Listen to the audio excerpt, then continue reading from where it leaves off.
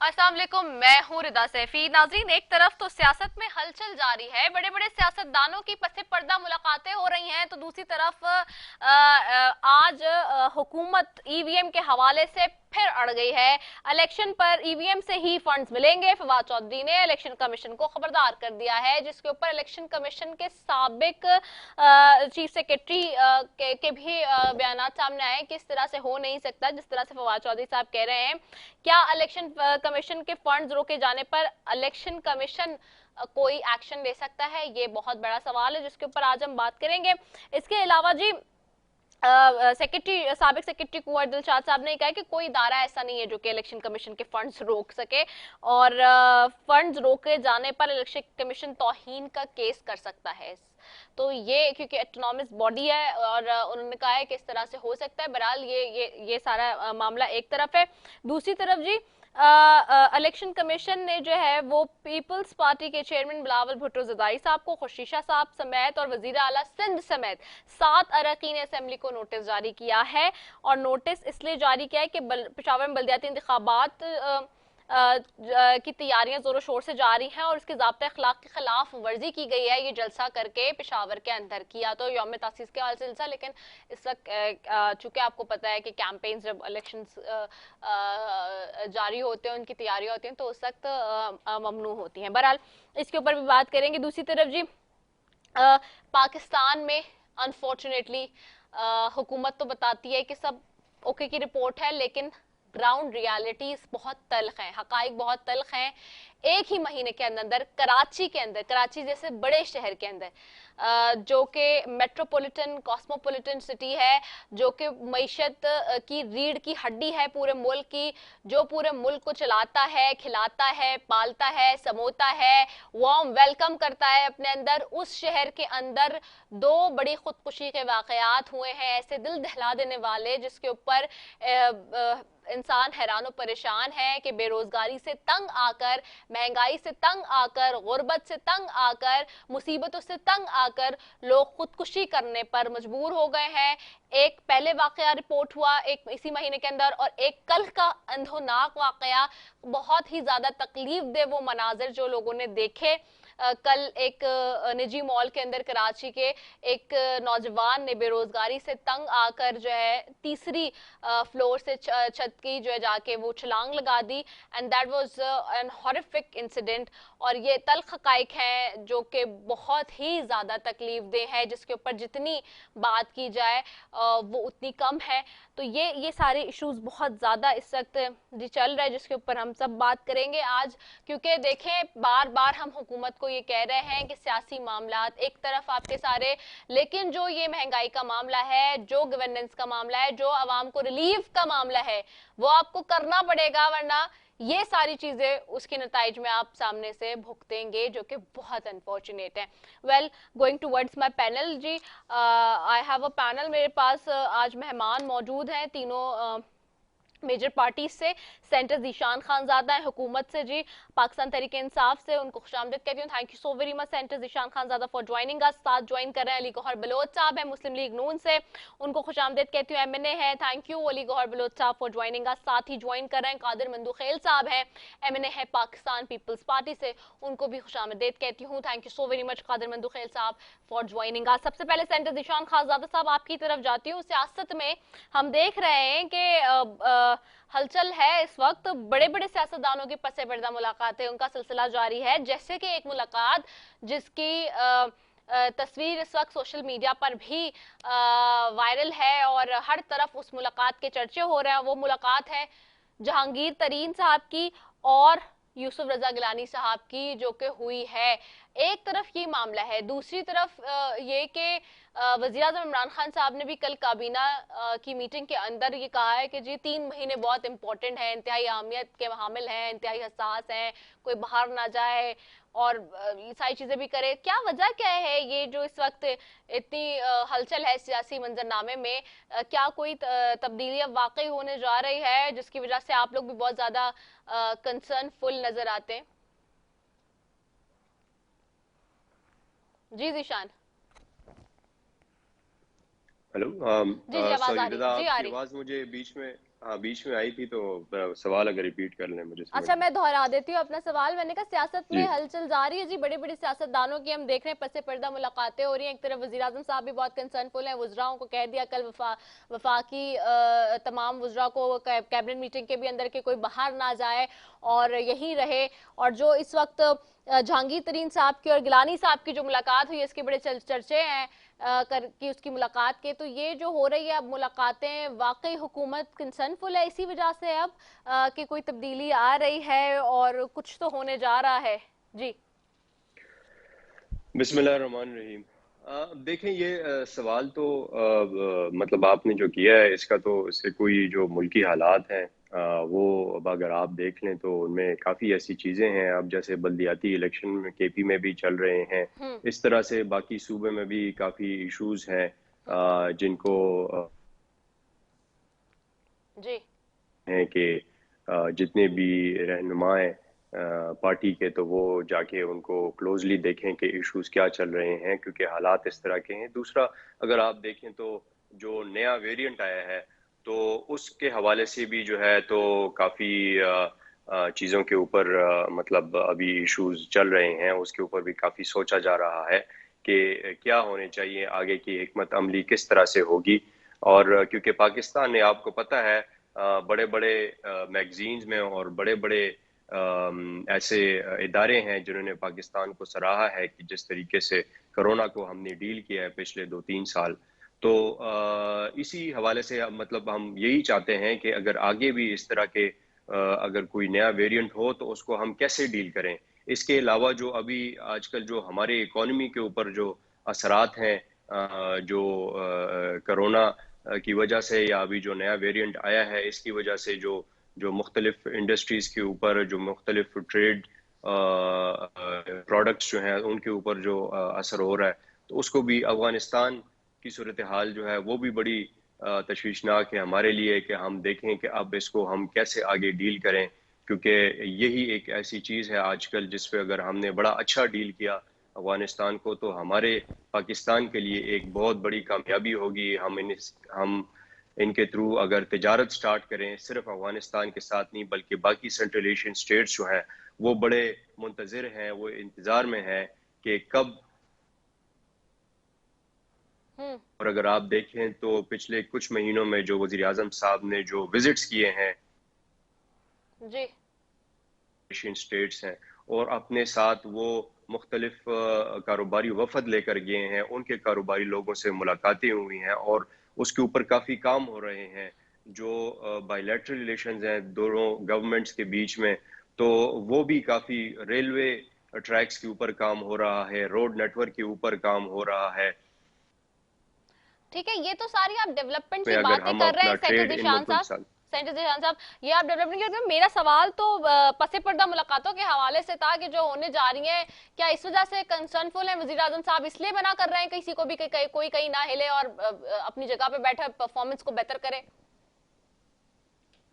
नहीं देखें, वो तो अब जाहिर बात है सियासत में तो ये चीजें चलती रहती हैं। ये कोई पहली बार किसी ने किसी के साथ मुलाकात की हो या ये तो एक लेकिन मेरे टाइमिंग्स भी ख्याल तो से बहुत एक इंपॉर्टेंट होते हैं जिशान साहब, टाइमिंग्स भी तो बहुत मैटर करते हैं। टाइमिंग टाइमिंग की मैं समझता हूँ कि ऐसी क्या बात है। अभी तो देखें हुकूमत ने जिस तरीके से इन सारी चीज़ों को संभाला है और अभी जो आप देखें जो रिसेंटली सऊदी अरेबिया से अभी जो हमें इंशाल्लाह ये जो रिलीफ वो आप देखें डॉलर्स में जो अभी वो फंड मिला है, तो जी। इससे जो डॉलर के ऊपर प्रेशर है या इस तरह की चीज़ें हैं, यही तो चीज़ें हैं जो कि हमने कंट्रोल करनी है।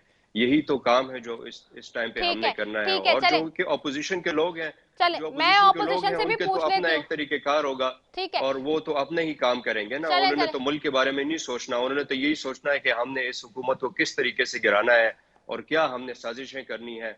तो इन साजिशों से तो कुछ नहीं होगा। देखें, अगर आपने कुछ करना है तो आए हुकूमत के साथ बैठें, कोई कानून साजी करें, कोई चले अच्छी मैं बात करें। ऑपोजिशन से भी इस तरह पूछ तो नहीं लेती हूँ, होगा। ऑपोजिशन से पूछ लेती हूँ। चले मैं जरा कादर मंदुखेल साहब से पूछ लूँ कि गिलानी साहब की और जगड़ी साहब की मुलाकात जो है जिसका चर्चा कल से बहुत ज्यादा जबान ज़दे आम हो गया है। कादर मंदुखेल साहब, क्या वजह हुई कि कल की ये मीटिंग जो है वो और क्या ये कल ही मीटिंग हुई है? वैसे खबर तो कल निकली है ये भी मैं इसकी वजाहत भी चाहूंगी। क्या वजह थी कि जेकेडी साहब और गिलानी साहब मुलाकात कर रहे थे?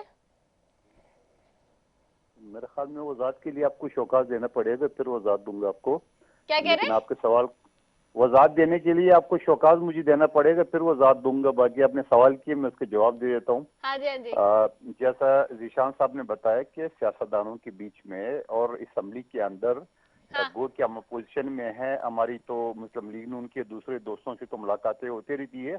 हमारी हुकूमत की जो MNAs है, सेनेटर्स है, उनसे भी हमारी मुलाकातें भी होती है, चाय कॉफी भी एक साथ पीते हैं। तो इसमें कोई तरह सनसनी फैलाने की तो मेरे ख्याल में कोई इशू नहीं है कि जिससे आप ये सवाल कर रहे हो। तो बहरहाल मुलाकातें होती रहती है, इसमें कोई नया नया कोई चीज नहीं है। बाकी मतलब आपने कोई जो खास मकसद के लिए ये मुलाकात नहीं थी, आप कह रहे हैं? नहीं नहीं, कुछ नहीं है। मैंने जैसे जीशान साहब ने बताया, मैं आपको दोहरा रहा हूँ कि हाँ ये हुकूमत और अपोजिशन की जो सेनेटर्स है, MNA है, आपस में मुलाकातें करते रहे, सियासी लीडर करते रहते हैं। इसमें कोई वो इशू नहीं होता है। इशू वो होता है जब कोई प्रेस कॉन्फ्रेंस साथ कर ले, तब कोई इशू को डिस्कस कर दे। इशू वो होता है कि कोई खुफिया मुलाकात है, जब आपके सामने फुटेज आ गए तो इसका मतलब है खुफिया नहीं है। और वैसे भी गिलानी साहब और तरीन साहब एक ही जनूबी पंजाब के रहने वाले हैं, तो वो इस पर कोई इशू नहीं है। और नहीं भी रहने वाला हो तब भी कोई भी सूबे का किसी भी पार्ट का वो एक दूसरे से मिल सकते हैं। और दूसरी बात जो आपने की है, वज़ीर आज़म साहब ने जो सब लोगों को मना किया है, जी। ये पाकिस्तान की तारीख का पहला वाकया है कि आप अफरा तफरी कालम ये देख रहे हैं कि खुद वज़ीर आज़म साहब वो अपने काबीना के मेंबरान से खिताब करते हुए ये कहते हैं कि आइंदा 3 माह बड़े अहम है। हम तो चाहते हैं कि आइंदा 3 दिन बड़े अहम है, 1 महीना बड़े अहम है। सबसे अहम है इस वजह से कि दिन ब दिन मईशत जो है ना वो तबाही की तरफ जा रही है। महंगाई आपके सामने, खुद हुकूमत का अदारा शुमारियात आपको रोज डिटेल देता है कि कौन सी चीज महंगी हो गई। आलमी मंडी में पेट्रोल सस्ती हो गई है, हुकूमत जो है ना उसको महंगा यानी बजाय सस्ती करने का, पहले बहाने बताते कब वो आलमी मंडी में जो है ना वो तेल महंगा हो गया, अब तो सस्ता हो रहा है। अब उसके टैक्स और लेवी और ये सारी चीजें करके और लोगों को कोई रिलीफ नहीं दे रहा है। तो मैं ये समझ रहा हूँ फिर IMF का जो इंक्वायरी आ गई है, जो उसने एडिटर जनरल पाकिस्तान को जो रिपोर्ट दी है, जो 6 महीने से उन्होंने दबा के खुफिया रखा था, और उसमें जो 40 अरब रुपए के जो इंकशाफात आ गए कि उसका तो पता नहीं है। तो सवाल ये कि करप्शन उरूज पे है, महंगाई उरूज पे है, और खारजा पॉलिसी हमारी नाकामी की उरूज पे है, दाखिला पॉलिसी हमारी नाकामी की उरूज पर है। तो कौन सी चीज इनकी अच्छी है जिससे आप इस शो में या सेनेटर साहब बता सकेंगे कि हमने ये चीज अच्छा की है जिससे हम भी फख्र से कहते। और फिर मैं रिपीट करना चाह रहा हूँ, इसी महंगाई के ऊपर अभी कुछ दिन पहले, और बल्कि हफ्ता 10 दिन 15 दिन हो गए, वज़ीर आज़म साहब ने जो 120 अरब रुपए का पैकेज का ऐलान किया था, जो 30% जो है ना वो दिया जाएगा मुख्तलिफ आटा चीनी पे, फिर वो 70 लाख, कोई 7 लाख, कोई 1.5 लाख दुकानों के जरिए दिए जाएंगे। और फिर उससे पहले 1100 अरब जो कराची का पैकेज दिया, तो उससे पहले 162 अरब का आपके कराची टीवी चैनल है, तो आप उसका भी जिक्र करें कि वो पैकेजेस, ये सारे ऐलानात, ये सब चीज किधर गए। और फिर मैं ये भी साथ ऐड कर दूं कि जो सऊदी अरब के साथ जो शर्मिनाक उन्हीं में तो मुआहिदा इनका हुआ है, बेजाब्तगियां आ रही हैं, उन्हीं पैकेजेस में तो बेजाब्तगियां उनमें भी निकल आई हैं। अब वो सारी चीजें तो आपने बात कर ली, मैंने भी रिपीट कर ली है। जी। अगला मैं इशू उनके सामने ये जो आपने खुद सवाल में इंट्रो में भी कहा कि जो शर्मिनाक मुआहिदा उन्होंने सऊदी अरब के साथ किया है, 4% सूद पे जो उन्होंने पैसे लिए है, और सख्त तरीन शराइत पे जो उनके साथ उनकी है कि IMF के मेंबरशिप से भी निकले तो भी आप डिफॉल्टर कहलाएंगे, आपने किस्त में डिले किए तो भी डिफॉल्ट कहलाएंगे, 72 घंटे के नोटिस पे ये मुआहिदा खत्म होगा। ओ भाई, कौन सा मुआहिदा कर रहे हो? कोई अपने आप को गुलाम रख रहे हो? चक्कर क्या है? IMF के सामने तो आप गुलाम पहले से थे। अब सऊदी अरब के मुआहिदे की से भी ये लग रहा है कि आप गुलामी की तरफ जा रहे हैं पूरा। और मैं ये समझ रहा हूँ कि इससे पहले याद नहीं है $2 अरब जो खड़े खड़े सऊदी अरब ने इनसे लिए और चाइना से उधार लेके उनको दिए। सवाल ये है कि इस हुकूमत का कोई कारनामा, चलो मैं आपके सामने चैलेंज करता हूँ जीशान साहब को कि एक कारनामा बता दे जो उन्होंने किया। सबसे पहले तूने करप्शन की बातें करता है, और सबसे बड़ा गर्व तो करप्शन की अपनी वजीरों में शुरू ठीक है, किया है। एक कोई कारनामा जी वो मैं पूछ लूंगी। अभी पहले मैं जाऊं अली गौहर बलोच साहब की तरफ भी। अली, आवाज आ रही है ना आपको? जी आवाज आ जी रही जी, है। अली आपकी तरफ आऊंगी। अली, सबसे पहले तो हम खैर कादिर मंदुखेल साहब तो कह रहे हैं कि इस मामले में तो वो हुकूमत के साथ हैं। जीशान खानजादा वाले स्टेटमेंट पे कह रहे थे कि चलें जी, मुलाकातें तो होती रहती है, लेकिन मुलाकातों का वाकई कोई ना कोई पर्पज होता है। और वहां जहां नाराज ग्रुप है जहांगीर तरीन साहब वाला, उनकी मुलाकात होना ऑपोजिशन के किसी भी मेंबर से इंतहाई अहम मामला जो है वो डेफिनेट सी बात है, कहीं ना कहीं नजर आ रहे होते हैं। ये बात भी पहले मशहूर हुई कि जी जेकेटी साहब की बाहर मुलाकात हुई थी नवाज शरीफ साहब से भी, ये इस हवाले से भी जी खबरें गर्दिश कर रही थी पहले। अब भी हम देख रहे हैं ग्लाइन साहब, क्या कोई आप ऑपोजिशन इस बात पे कहीं कोई ना कोई इत्तेफाक कर बैठी है कि अब वाकई हुकूमत को घर भेजना है, या फिर ये अभी भी सिर्फ मुलाकातों का ऐसे ही एक फॉर्मेलिटी के तौर पे सीजन जारी है, जैसे कि अभी कादिर साहब भी कह रहे हैं और जीशान खानजादा साहब भी कह रहे थे? बिस्मिल्लाहिर्रहमानिर्रहीम। देखे, कादर मंदुखेल साहब की तो आवाज मुझे नहीं आ रही थी जी कि शायद सिस्टम का प्रॉब्लम है। जी जी और मैं ये गुजारिश करूंगा कि ठीक है, मुलाकातें है, सियासत है और इसमें सियासतदान आपस में मुलाकातें करते रहते हैं, ये एक नेचुरल बात है। और लेकिन जो अभी हालात हैं, मुल्क जिस नहज पर चल पड़ा है इस वक्त, बात ये नहीं है कि हुकूमत घर जाएगी या नहीं जाएगी। पूरी जो ऑपोजिशन है वो एक निकाती एजेंडे पर, एक निकाती प्रोग्राम पर, जिस बात से कादर मंदुखेल साहब भी इत्तेफाक करेंगे कि वो मुत्तफिक हैं तमाम अपोजिशन की पार्टी कि जो मौजूदा हुकूमत है ये वोट चुरा कर आए हैं, ये अवाम के मुंतखब नुमाइंदे नहीं हैं, अवाम की नुमाइंदा हुकूमत नहीं है, बल्कि एक सिलेक्टेड गवर्नमेंट है। और ये उन अनासर और उन मुख्तदर हलकों की बनाई हुई हुकूमत है जो इलेक्शन के सिस्टम के ऊपर असरअंदाज होते हैं, जो इलेक्शन के हमारे पॉलिटिकल निज़ाम को सोबताज किया जाता है। जिस तरह से आपने नैब जैसे इदारे को देखा कि उसको भी अपोजिशन की विक्टिमाइजेशन के लिए, बिलखसूस नून लीग के कितने लोग हैं जो कैदोबंद की सोबतें जिन्होंने बर्दाश्त की और वो इनकी विक्टिमाइजेशन का निशाना बने भी हैं और बन भी रहे हैं। देखें, जो हुकूमत, इसके बावजूद कि ये हुकूमत कायम हो गई, लेकिन इसके कायम होने के बावजूद ये हुकूमत डिलीवर नहीं कर पा रही, और उसकी खास वजह ये है कि ये वही काबीना है जो परवेज मुशर्रफ वाली काबीना है। तकरीबन 70% से ज्यादा लोग तो वही चेहरे हैं। फिर उसके बाद आपने देखा है कि जो बंदा जहां पर बैठा है, नित कोई ऐसा महीना, कोई ऐसा दिन नहीं आता, आपने देखा है पूरे मीडिया पे, कि जब कोई नया स्कैंडल सामने नहीं आता। कभी पता चलता है कि फलां जैसे आटे का स्कैंडल आया, चीनी का स्कैंडल आया, बीआईटी पिशावर का स्कैंडल आया, और भी बेशुमार, इमरान खान की हमशीरा का वो मतलब है कि वो जो सिलाई मशीनों वाला किस्सा, और वो अरबों रुपए, और वो भी एक तमस्खर बन के रह गया।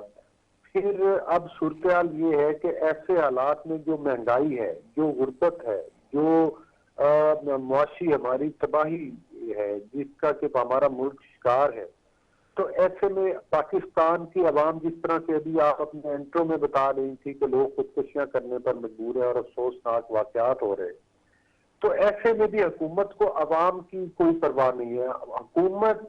जो हुकूमत आवाम से वोट लेकर आती है उनको ये सोचना पड़ता है, उनको डिलीवर करना पड़ता है, उनको हाथ पांव मारने पड़ते हैं कि कल को हमने आवाम के पास जाना है और दोबारा अवाम के पास अगर जाएंगे तो हम अपने क्या कारनामे बताएंगे। लेकिन क्योंकि मौजूदा हुकूमत को ये परवाह नहीं है, वो समझते हैं कि जिस तरह से पहले हम आरटीएस सिस्टम के जरिए मुआवजे वजूद में आ गए थे, आइंदा इलेक्शन हमारे ईवीएम वो जो घपला करने वाली मशीनें लाने की कोशिश कर रहे हैं और इनके वज़रा लाइनों में खड़े होकर इलेक्शन कमीशन ऑफ पाकिस्तान को गालियां और धमकियां भी देते रहे हैं।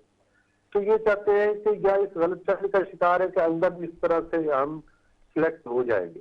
बहरहाल पाकिस्तान के अवाम में इस वक्त बहुत अवेयरनेस आ गई है। पाकिस्तान के अवाम जो है वो आइंदा अपना वोट चोरी नहीं होने देंगे, और इलेक्शन कमीशन ऑफ पाकिस्तान ने भी इस चीज पर तफदात का इज़हार किया। तमाम पॉलिटिकल जो पार्टीज हैं अपोजिशन की, उन्होंने भी, बल्कि इनके इत्तेहादी पार्टियों ने भी, लेकिन वो तो फिर जिन लोगों ने हुकूमत बनवाई है उनके वोट उन्होंने ईवीएम के हक में डलवाए, लेकिन आपके सामने पूरे पाकिस्तान में देखा कि उन्होंने तफदात का इज़हार तो किया है। कोरोना के इशू के ऊपर अभी भाई साहब सेंटर साहब बात कर रहे थे। देखिए, कोरोना की ये है ठीक। साहब ने बताया कि कोरोना में तो खुद अरबों रुपए खा गए, मतलब है वो पैसा जो बाहर से इसलिए मिला था कि ये एक वो फंड है जो कि खैरात में दिया गया था पाकिस्तान को, और ये पाकिस्तान के गरीब अवाम था, वो करोड़ों अरबों रुपए अपनी जेबों में डाल दिए और इनके ऊपर ऑडिट पैरस बन गए कि इनमें बेज़ाब्तगियां हुई हैं, इसमें बेशुमार करप्शन हुई है। तो कोई इनको पूछने वाला नहीं, कोई इनकी रिस्पॉन्सिबिलिटी फिक्स करने वाला नहीं है, किसी के आगे ये जवाब दे नहीं है। जब बंदा इस तरह से किसी के आगे जवाब दे ना हो तो फिर वो इसको शनि की तरफ तो उसको अंदर मौका मिल जाएगा। लेकिन पाकिस्तान की तारीख में कभी माशी तौर पर बुरे हालात नहीं पैदा हुए जिनसे सही है, ठीक है, ठीक है। अब I move towards senator Zeeshan Khanzada साहब की तरफ भी मैं जाऊंगी, लेकिन उससे पहले मुझे एक शॉर्ट कमर्शियल ब्रेक की तरफ भी जाना है। वापस आएंगे तो इस पर बात करेंगे। फवाद चौधरी साहब ने जो कहा है कि जी ईवीएम से इलेक्शन पर ही फंड्स मिलेंगे, इलेक्शन कमीशन को खबरदार किया और इलेक्शन कमीशन इस पर तौहीन का नोटिस भी दे सकता है। क्या वाकई इस तरह से करना गलती है एक हुकूमत की, और अपोजिशन इस पर क्या कहती है, माजी में क्या होता रहा है, इस हवाले से भी जानेंगे। जी एक ब्रेक लेते हैं, ब्रेक के बाद वापस आते हैं। Stay tune.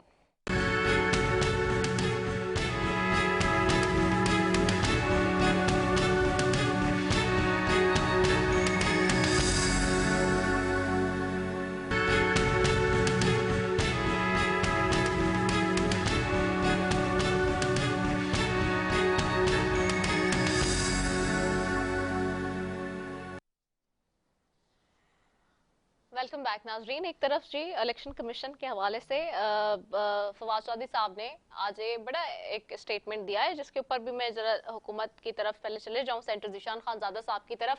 Centre Zeeshan Khanzada साहब, ये जाहिर सी बात है एक इंडिपेंडेंट इदारा है और इलेक्शन कमीशन, उसकी ट्रांसपेरेंसी, उसकी शफाफियत, उसके हवाले से उसको इलेक्शन कराना, वो एक ऑटोनॉमस बॉडी है, सारी चीज़ें हमारे सामने हैं। अब इस तरह से हुकूमत जो ये बात कर रही है कि जी फंड्स ही नहीं मिलेंगे, क्या वाकई ऐसा आप लोग कर भी सकते हैं? क्योंकि इलेक्शन कमीशन का आर्टिकल 220 के तहत जो है वो वजारत खजाना से फंड्स हासिल करता है। वो कुंवर दिलशाद साहब कह रहे थे आज भी, जो कि साबिक सेक्रेटरी इलेक्शन कमीशन रहे हैं, और वो ये कह रहे हैं कि जी ये बात समझ में नहीं आ रही कि जब इख्तियार आइन ने दिया है तो हुकूमत फंड कैसे रोक सकती है। हेलो जी जी ज़ीशान, आ रही है आपकी आवाज। जी जी अच्छा जी, बिल्कुल जी, मैं आपके सवाल की तरफ आता हूँ। बस मैं शॉर्टली एक बता दूँ इससे पहले, अभी मुझे पूरी आवाज़ तो नहीं आई, लेकिन एंड में फिर आपने कहा है कि क्या पीटीआई गवर्नमेंट की कामयाबी क्या है। मैं ज़्यादा टाइम नहीं लूँगा ना, लेकिन मैं सिर्फ ये ज़रूर कहना चाहूँगा कि देखें, पीटीआई में सबसे बड़ी कामयाबी जो पीटीआई की है, और वो कोई छोटी बात नहीं है, कि पूरी दुनिया जो है तो वो कोरोना की वजह से सफ़र कर रहा है। और पाकिस्तान ने जिस तरीके से कोरोना को संभाला है, जिस तरीके से अपने इस मुल्क को संभाला है, तो ये एक सबसे बड़ी बात है। और मैं ये नहीं कह रहा कि हमने कोई बहुत ही बड़े बड़े कारनामे किए हैं, लेकिन ऐसे टाइम पे अगर आप एक मुल्क को स्टेबिलिटी की तरफ ले जाएं, और अगर कोई बड़ा इदारा आपको कहे कि जी पाकिस्तान उन मुल्कों में से है, उन मुल्कों में से टॉप पे नंबर 1 पे जी, छोटी बात नहीं है। मैं ये नहीं कह रहा कि पीटीआई के दौर में डैम्स की कंस्ट्रक्शन की बात हो रही है। मैं ये नहीं कह रहा कि हाँ 1000 अरब रुपए की इन्वेस्टमेंट आई है।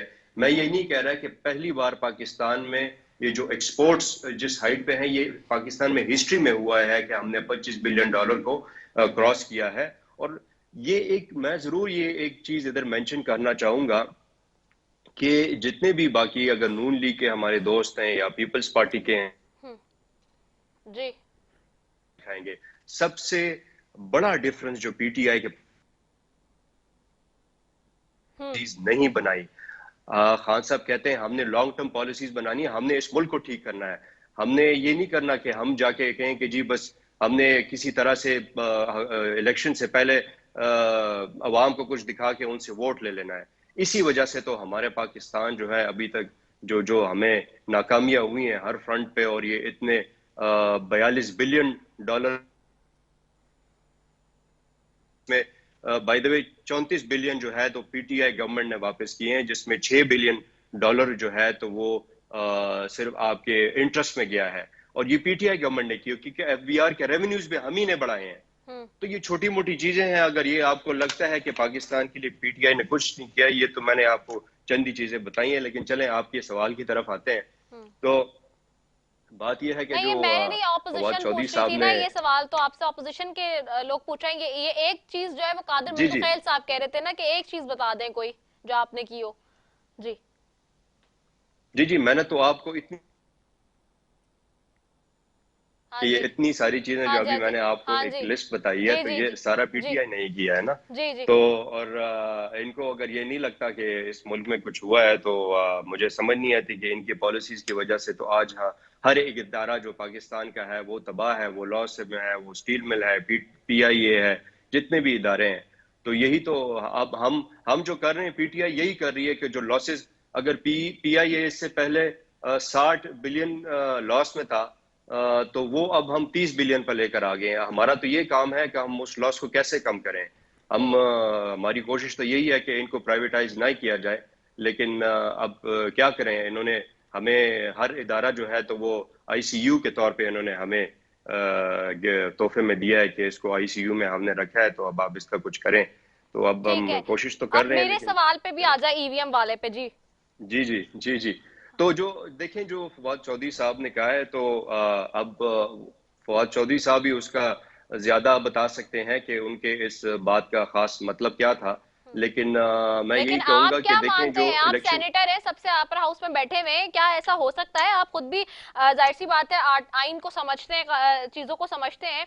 आर्टिकल 220 के तहत तो वजारत खजाना से फंड दिए जाते हैं, ये तो बात कहीं ढकी छुपी नहीं है। और दूसरा कि अगर जो पैसा देने की बात है वो हुकूमत कैसे रोक सकती है जब आइन ने इख्तियार दिया है ये हुकूमत पे फंड्स रोकने की जो बात करी है। देखें आइन की जिधर तक की बात है, तो उसमें तो देखा जा सकता है। हम्म ये है कि जो आपका पार्लियामेंट है वही तो डिसाइड करता है इन चीज़ों को।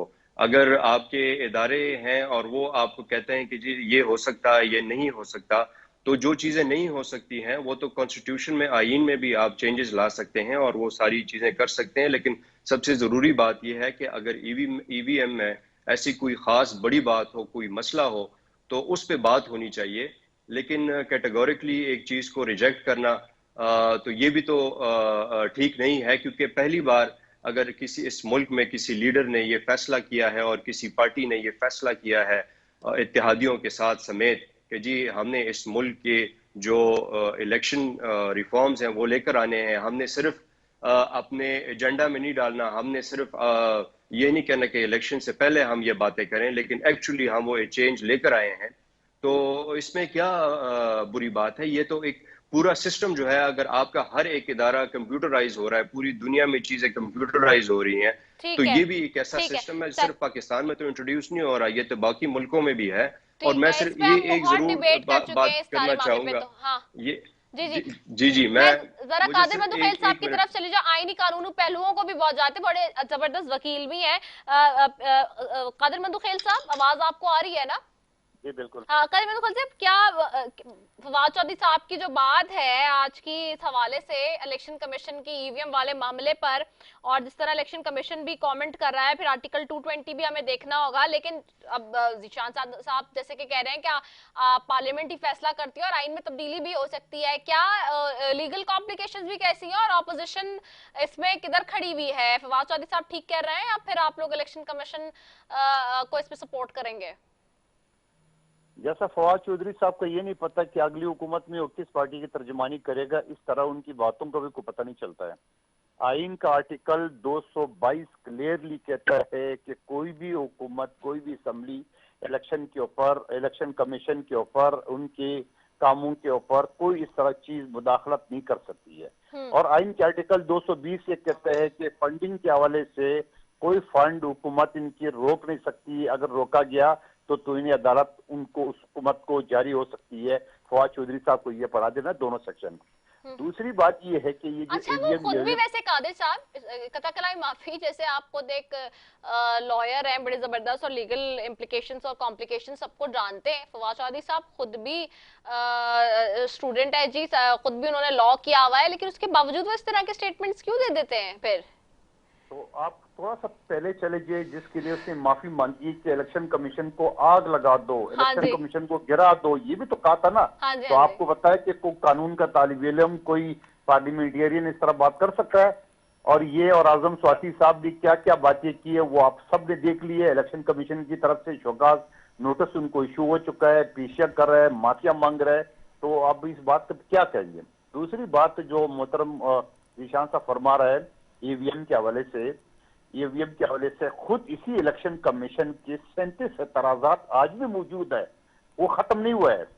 मैं लॉ एंड जस्टिस कमेटी का मैं मेंबर हूं, तो अभी पिछले दिनों में जो हमारी मीटिंग थी तो इलेक्शन कमीशन का सेक्रेटरी आया हुआ था, तो उनसे मैंने सवाल किया था पूरा मीडिया के सामने। खुद पीटीआई का जो चेयरमैन है रियाज फतेहाना साहब और मुस्लिम लीग न्यूज के उनके मेम्बरान भी बैठे हुए थे। मैंने कहा आपके 37 एतराजात दूर हो गए? कह रहे नहीं।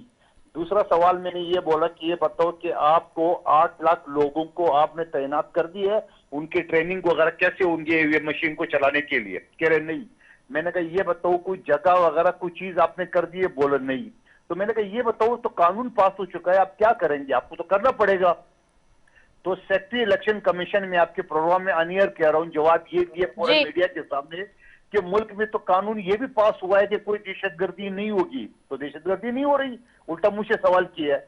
बात ये है कि इलेक्शन कमीशन जो ये धमकियां दे रहे हैं, फवाद चौधरी साहब, इनको पता है इलेक्शन कमीशन नहीं कराएगी। इलेक्शन कमीशन आज खड़े कर देंगे। हाँ, शौकत खानम अस्पताल के जरिए कराना चाहे तो बिल्कुल करा सकते हैं, जैसा वजीर सेहत उन्होंने अपने अस्पताल का लगा लिया है, उनके जरिए वो करा सकते हैं। इलेक्शन कमीशन एक आईनी अदारा है, खुद मुख्तार अदारा है, ये जबरदस्ती कोई चीज नहीं कर सकती। आपको मैं दूसरा मिसाल देता हूँ। जी। पश्तो में एक कहावत है कि एक आदमी को जबरदस्ती आप जानमाज से तो खड़ा कर सकते हो, मगर नमाज कौन पढ़ाएगा? नमाज उस शख्स ने पढ़ना है जो जानमाज पे खड़ा हुआ है। तो इलेक्शन कमीशन के सामने तो ये डब्बा मशीन उन्हें रख दी है। अब इलेक्शन कमीशन ने सारे इंतजाम उसने करनी है, ये सारे ट्रेनिंग उसने देनी है, और फिर $1.5 अरब अखराजात आएंगे, और फिर टाइम कितना रह गया वो भी आपके सामने। सवाल ये है कि ये तो इलेक्शन को ये एक जादू मंत्र के जरिए एक बटन से जीतना चाहते हैं। जैसे हमारे दोस्त अली गौर बलोच साहब ने कहा कि आरटीएस सिस्टम के तहत उन्हें 2018 का इलेक्शन चुराया, अब वो ईवीएम सिस्टम के जरिए 2023 का इलेक्शन चुराना चाहते हैं। मगर इसकी आप फिक्र नहीं करनी रीदा, ये 2023 तक पहुंचेंगे भी है। जिस तरह इमरान याजी साहब फरमा रहे हैं कि हालात बड़े सख्त है, 3 महीने इनको अभी पूरा नजर आ रही कि 3 महीने के अंदर इनके साथ क्या होने वाला है। इनके लोग अभी रियाज फतेहाना का स्टेटमेंट आप देख ले, हाँ जी।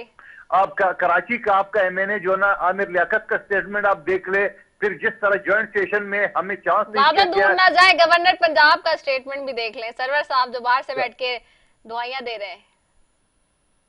आप सारी चीजें इनके सामने। और फिर दूसरी बात ये मोहतरम जो फरमा रहे थे, आपको 10 चीजें जो गिनवा रहे थे, अगर ये सारी चीजें मैं इनके मान लूं तो महंगाई उरूज पे क्यों है, बेरोजगारी उरूज पे क्यों है, ये बताओ कि हमारी खारजा पॉलिसी क्यों फेल है, हमें 4% सूद पे सऊदी अरब से पैसे क्यों लेने पड़े, ये IMF ने हमारे 40 अरब करप्शन का चीज जो 6 महीने से उन्हें दबा के रखा था वो क्यों लिया है, आटा चीनी चोर, दवाई चोर, ये सारे स्कैंडल तो इन्हीं की हुकूमत के अंदर है। और जब ये अपोजिशन में जाएंगे रिदा, तब देखेंगे इनके साथ क्या होने वाला होगा। ये तो अभी हाल है, ये इन्होंने किराए के तर्जमानों को इकट्ठा कर दिए, शाम को ये बैठते हैं सुबह कौन सी गिदड़ सिंगी आपने लाना है, सुबह हमने कौन सा प्रोजेक्ट लेना है, प्रोपेगेंडा सुबह कौन सा करना है। मगर इनके सारे, और ये मोहतरम जो फरमा रहे हैं सेनेटर साहब कि हमने लॉन्ग टर्म, तो भैया जरा याद रखना 126 दिन की जो आपने धरना पार्टी में ऐलाना किए, आप तो कह रहे 90 दिन के अंदर हम करेंगे, 90 दिन के अंदर नया पाकिस्तान बनाएंगे, 90 दिन के अंदर ये $1 उसके मुंह पे मारेंगे, $100 वो किधर गया उनका वजीर जो बढ़के मारा था। सवाल ये, इसका मतलब ये झूठ बोला उन्होंने, आवाम को गुमराह किया है, पाकिस्तानी आवाम को धोखा दिया है। 1 करोड़ नौकरियां, 50 लाख घर, आज तबाही आपके सामने सूरत हाल है। ये इनको पाकिस्तानी आवाम माफ करेंगे, ये जरा आने तो इलेक्शन को पता चल जाएगा। ठीक है, इलेक्शन आने तो पता चलेगा। अली गौर बलोच साहब की तरफ भी जाऊंगी। अली गौर बलोच साहब, ये ईवीएम वाले मामले में फवाद चौधरी साहब जो कह रहे हैं, क्या ये पॉसिबल है? जी रिपीट कीजिएगा प्लीज। मैंने कहा अली गौर बलोच साहब, यही फवाद चौधरी साहब वाली बात पे मेरा आपसे भी सवाल है। ये जो फवाद चौधरी साहब कह रहे हैं फंड्स नहीं देंगे ईवीएम के बगैर, ये पॉसिबल है क्या? देखें, ये मैं तो समझता हूँ कि ये इनकी गिदड़ धमकियां हैं और इसका हासिल इन्हें कुछ भी नहीं होगा। असल चीज ये है कि जिस तरह से पहले डिस्कस हो रहा है आपके प्रोग्राम में कि ये ईवीएम मशीनें क्या है। ईवीएम मशीन वो है जो कि पूरी दुनिया के, आप अंदाजा कर लें कितने ममालिक हैं और उनमें ये 16-17 मुल्कों में ये ईवीएम आई, जिनमें से 8-10 तो ने तो इसको फारिग कर दिया, को 8-7 हैं इसी मशीन पे चल रहे। दूसरी बात यह है कि तमाम पॉलिटिकल पार्टीज जो हैं, जो कि असल स्टेक होल्डर हैं, उन्होंने इससे इत्तेफाक नहीं किया, इनकी हाजियों ने उससे इत्तेफाक नहीं किया, इन्होंने उसको मुसल्लत कर दिया। सबसे बढ़कर ये, आप फवाद चौधरी साहब के बयान की बात कर रहे हैं, ये फवाद चौधरी साहब तो वही हैं जो साथियों को शादियों की तकरीब में थप्पड़ रसीद कर देते हैं। ये फवाद चौधरी साहब वही हैं जो अपना आप सफारी साहब से लेके परवेज मुशर्रफ से लेके और आप वजीर आजम उनको शाबाशी देते हैं, वो कहते हैं मेरे दबंग वजीर इत्तलात हैं। वो जाहिर है वो अगली भी कोई सिलेक्टेड हुकूमत है तो उसके भी दबंग हो गए। ये तो इक़्तिदार में जो भी पार्टी आए उसके साथ चलने के लिए फवाद चौधरी साहब की और इंडिया के लोगों से बात हर वक्त हाजिर रहती है। असल असल असल बात यह है कि इन्होंने इलेक्शन कमीशन ऑफ पाकिस्तान को गालियां दी, इन्होंने उसके ऊपर संगीन किस्म की धमकियां लगाई, लेकिन इलेक्शन कमीशन एक आईनी इदारा है, कादिर साहब बेहतर बता सकते हैं। एक इनका आर्टिकल की शिक है जिसमें ये है कि हाँ जी, जिसमें आप इलेक्शन कमीशन ऑफ पाकिस्तान को कोई भी गैर आईनी काम, ऐसा काम जिसको वो गैर आईनी नहीं कर सकते, आप उनको मजबूर नहीं कर सकते कि वो आपकी बात को माने। वो कहते हैं इनकी किधर टोपियों से फंड, अगर जो इलेक्शन पे जेन्युइन खर्चा आता है उसको देने की हुकूमत तो बंद होती है, और जब इलेक्शन का टाइम आ गया तब इमरान यादी साहब तो नहीं होंगे ना, कोई निगरान का भी ना होगी। लेकिन असल चीज ये है कि अगर हम चाहते हैं कि पाकिस्तान में मुनसिफाना इलेक्शन हो तो मुक़्तदर हल्के वो ताकतें जो हमारे इलेक्शन के निज़ाम को सोचसाज करती हैं, जो इस पर असरअंदाज होती है। पहले आपने देखा कि पहले हम स्कूटर ढाका दे चुके हैं, फिर अब हम किस तरफ जा रहे हैं, हमारे मुल्क माशी तौर पर तबाह हो चुका है। ठीक है अली गौहर बनो साहब, इसी पे ऐड कर दें एक चीज, मैं अपने लास्ट सवाल आप लोगों से पूछ रही हूँ। दूसरी तरफ ये भी मसला है अब कि कहा जा रहा है सब ओके की रिपोर्ट है, आज भी बरामदात के वाले से भी बड़ी बड़ी बातें समझ में आ रही है, लेकिन वो बड़ी बड़ी बातें अवाम को नहीं समझ आती ना, अवाम को तो बेसिक चीजें चाहिए। अब गुज़िश्ता रोज जो बेरोजगार नौजवान ने एक निजी शॉपिंग मॉल की 3री मंजिल से लांग ला के खुदकुशी की है, बड़ा ही दिल दहला देने वाला वाकया, और ये 1 महीने के अंदर कराची में 2 बड़े वाकयात हुए, एक तरफ फहीम और कल ये जोहेर। तो ये जो माशी सूरत-ए-हाल इस लगता है जिससे लोग तंग आकर खुदकुशियां करने पर मजबूर हो गए हैं और बहुत ज्यादा ये वाकयात बढ़ रहे हैं, इस पर ऑपोजिशन क्या कोई हुकूमत को बता सकती है कि फिलफौर क्या कर सकती है हुकूमत जिससे ये मामलात रुक सकें?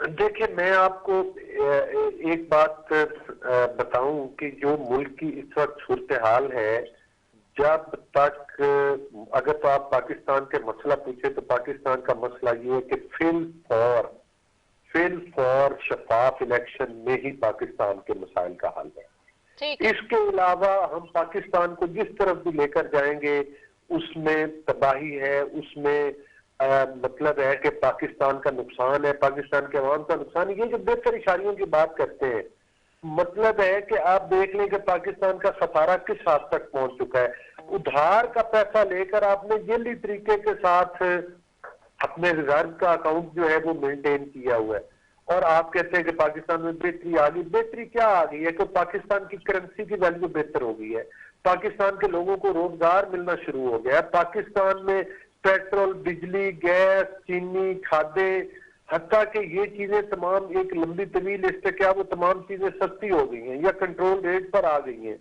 पाकिस्तान में रिश्वत और करप्शन जो है वो उसमें कोई कमी आ गई है। तो ये जब सब कुछ नहीं है तो ये अदादो शुमार जो ये हुकूमत के लोग बताते हैं ये सब जेली और झूठे अदादो शुमार,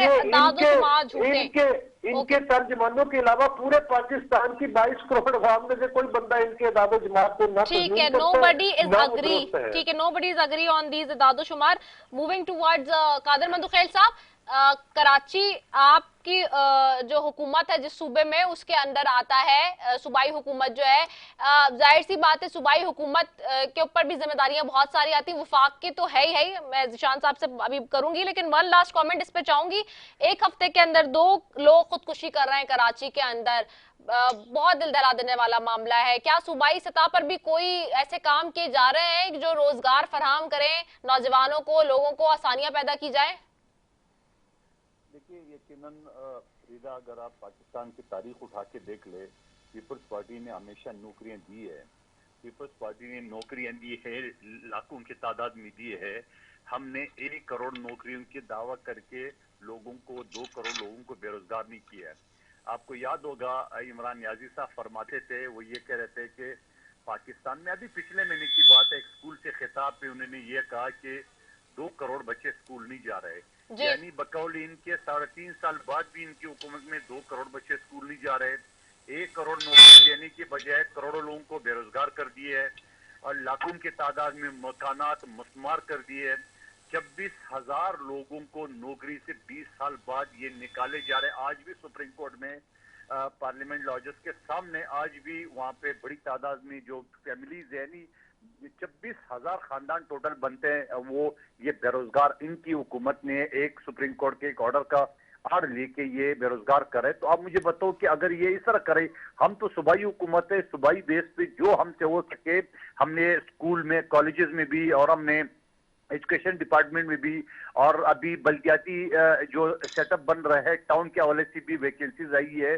तो बहुत सारी जहां जिस डिपार्टमेंट में पीपल्स पार्टी क्रिएट कर सकती है, और ये हमेशा करती आ रही है, कोई पहली मर्तबा नहीं है। मगर मैं इनकी से पूछता हूं कि एज ए वफाकी हुकूमत आपने तो लोगों को खुदकशी करने पे मजबूर कर दिया। एक हम सूबे, हमारे पास 4 सूबे में से एक सूबा है जिससे जो कोशिश हो है, और फिर ये मोहतरम साहब जो पहले कोरोना के हवाले से बात, आपको याद होगा रिदा, सबसे पहले WHO ने वजीर आला मुराद अली शाह को शाबाशी की है, जो कि इनको हजम नहीं हो रही थी, वो कह रहे नहीं जी वो कर दे।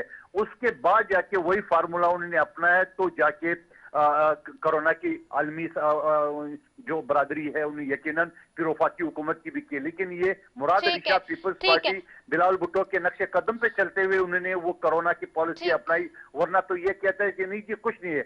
आज अगर मैं आपको और आदाद शुमार बता दूं, 500 अरब रुपए जो उन्होंने रखे थे कोरोना के हवाले से, मैं इनसे पूछना चाह रहा हूँ, ठीक है, मेरे पास टाइम खत्म हो गया, बस जीशान साहब से 30 सेकंड है। जीशान साहब 30 सेकंड में से बता दें, बेरोजगार लोग परेशान है, 2 खुदकुशियां हो गई हैं 1 महीने के अंदर कराची में। बिल्कुल, मैं जरूर, मुझे जरा आप 30 सेकंड से ज्यादा दे दें। मैं सिर्फ ये कहूंगा कि सिर्फ ईवीएम के बारे में मैं ये कहूंगा कि मैं अपने दोनों भाइयों से ये पूछना चाहूंगा कि अगर ईवीएम आ जाए तो आज जो ये परवेज मलिक साहब के हल्के में जो इलेक्शन है और उसके ऊपर इन दोनों ने इलेक्शन कमीशन में गए हुए, तो ये धांधलियां, ये चीजें जो हैं ये ईवीएम से खत्म हो जाएंगी और ये मसले आपको फिर नहीं होंगे। तो इसके साथ मैं ये जो आपने बात की है कि पाकिस्तान में हालात, तो हम तो देखें, हम तो इस बात से एग्री ही नहीं करते कि ये जो पीपल्स पार्टी वाले कहते हैं कि जी हमने बड़ी नौकरियां दी हैं। आपकी इन नौकरियां ये जो बगैर मेरिट की हुई हैं, इन्हीं ने तो हमारे इदारों को तबाह किया है।